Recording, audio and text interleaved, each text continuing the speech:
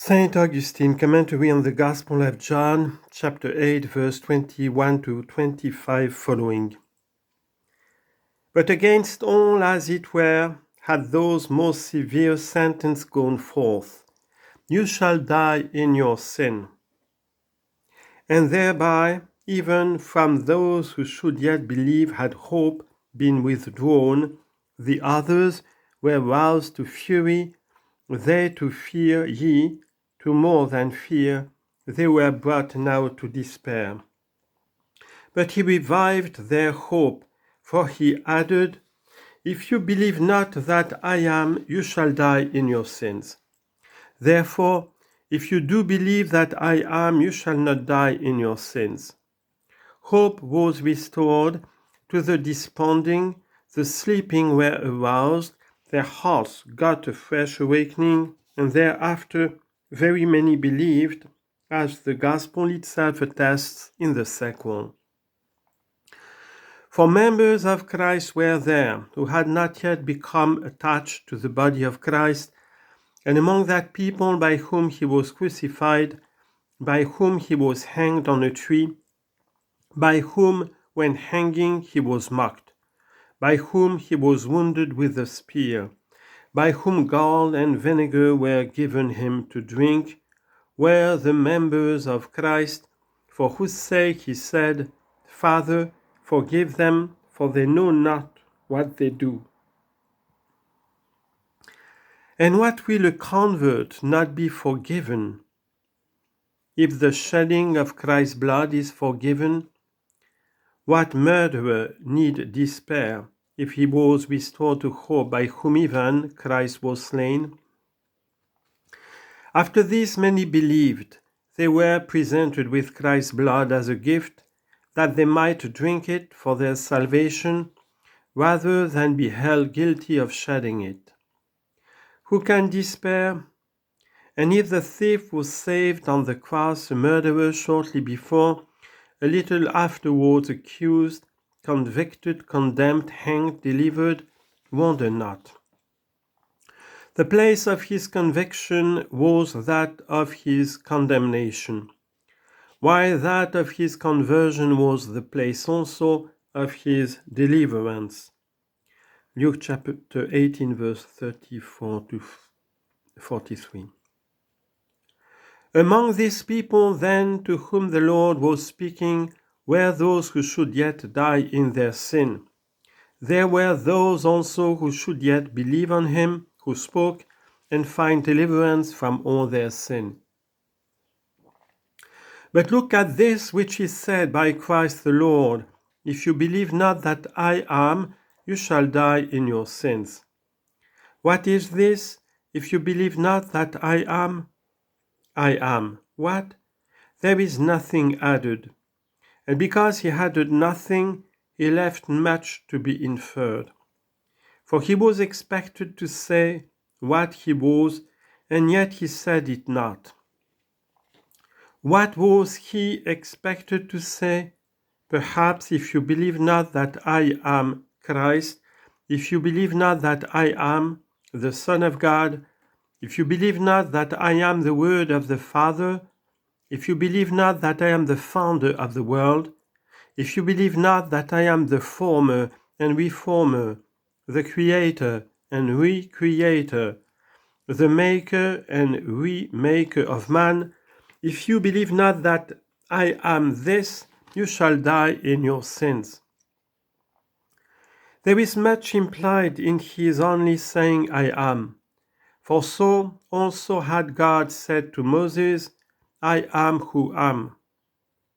Who can adequately express what that am means? God by his angel sent his servant Moses to deliver his people out of Egypt. You have read and know what you now hear, but I recall it to your minds. He sent him trembling, self-excusing but obedient. And while thus excusing himself, he said to God, whom he understood to be speaking the person of the angel, If the people say to me, And who is the God that has sent you? What shall I say to them? And the Lord answered him, I am who am, and added, You shall say to the children of Israel, He who is has sent me to you. There also he says not, I am God, for I am the framer of the world, or I am the creator of all things, or I am the multiplier of the very people to be delivered. But only this, I am who am. And you shall say to the children of Israel, He who is, he added not, who is your God, who is the God of your fathers, but said only this, He who is has sent me to you. Perhaps it was too much even for Moses himself, as it is too much for us also, and much more so for us to understand the meaning of such words, I am who am, and He who is has sent me to you. And supposing that Moses comprehended it, when would those to whom he was sent comprehend it? The Lord therefore put aside what man could not comprehend, but added that he could, what he could. For he said also besides, I am the God of Abraham and the God of Isaac and the God of Jacob. Exodus chapter 3 verse 13 to 15. This you can comprehend, for I am who am. What mind can comprehend? What then of us? Shall we venture to say anything on such words, I am who am, or rather on this that you have heard the Lord saying, If you believe not that I am, you shall die in your sins? Shall I venture with these feeble and scarcely existing powers of mine to discuss the meaning of that which Christ the Lord has said, If you believe not that I am? I shall venture to ask the Lord himself. Listen to me as one asking rather than discussing, inquiring rather than assuming, learning rather than teaching. And fail not yourselves also to be asking with me or through me. The Lord himself, who is everywhere, is also at hand. Let him hear the feeling that prompts to ask and grant the fruit of understanding. For in what words, even were it so that I comprehend something, can I convey to your hearts what I comprehend? What voice is adequate? What eloquence sufficient? What powers of intelligence? What faculty of utterance? I shall speak then to our Lord Jesus Christ. I shall speak, and may he be pleased to hear me. I believe he is present. I am fully assured of it, for he himself has said, Lo, I am with you even to the end of the world.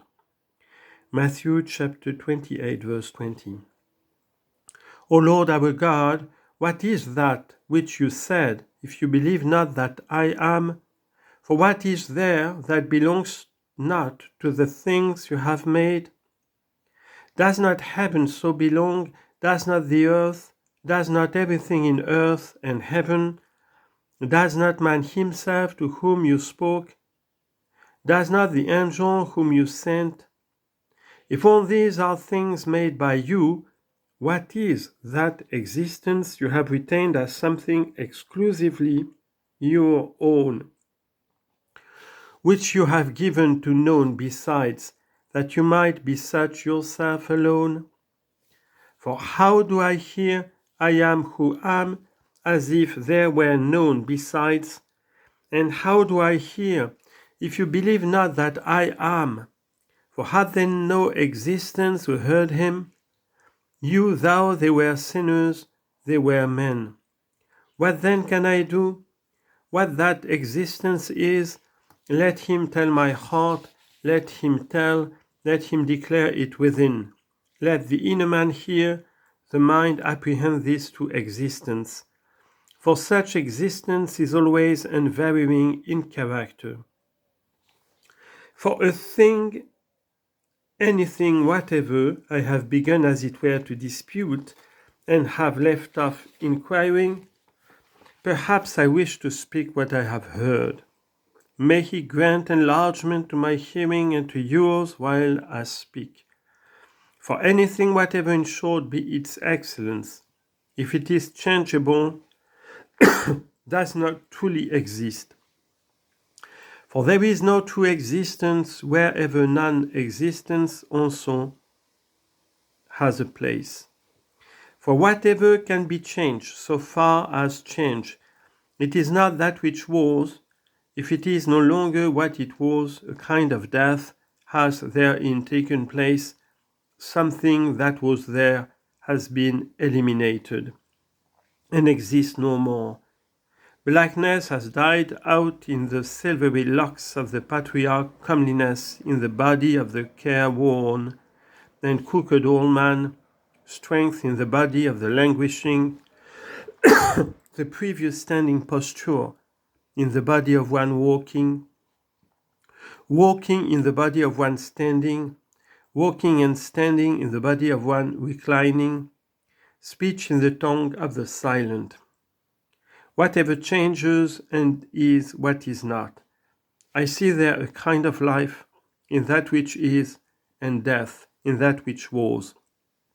In fine, when we say of one deceased, where is that person? We are answered, he was.